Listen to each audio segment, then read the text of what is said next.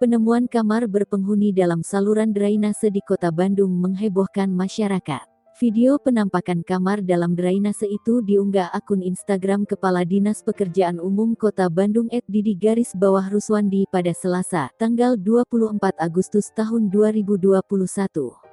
Dalam video itu terlihat saluran drainase di Jalan Junjunen yang diubah menjadi kamar. Terdapat sejumlah tali menggantung di langit-langit drainase. Tali-tali itu digunakan untuk menggantungkan sejumlah baju. Masuk sedikit terdapat dipan bambu yang dipasang di dinding drainase. Dipan itu dipasang lebih tinggi dan hampir menyentuh langit drainase agar tidak terkena air. Untuk mencapai dipan terdapat batu-batu yang ditata seperti jalan setapak. Sedangkan di video kedua terlihat sejumlah petugas sedang membersihkan saluran drainase. Bahkan di foto terakhir nampak tempat tidur berisi bantal guling serta alat tidur lain. Unggahan ini pun mendapat banyak komentar dari para netizen.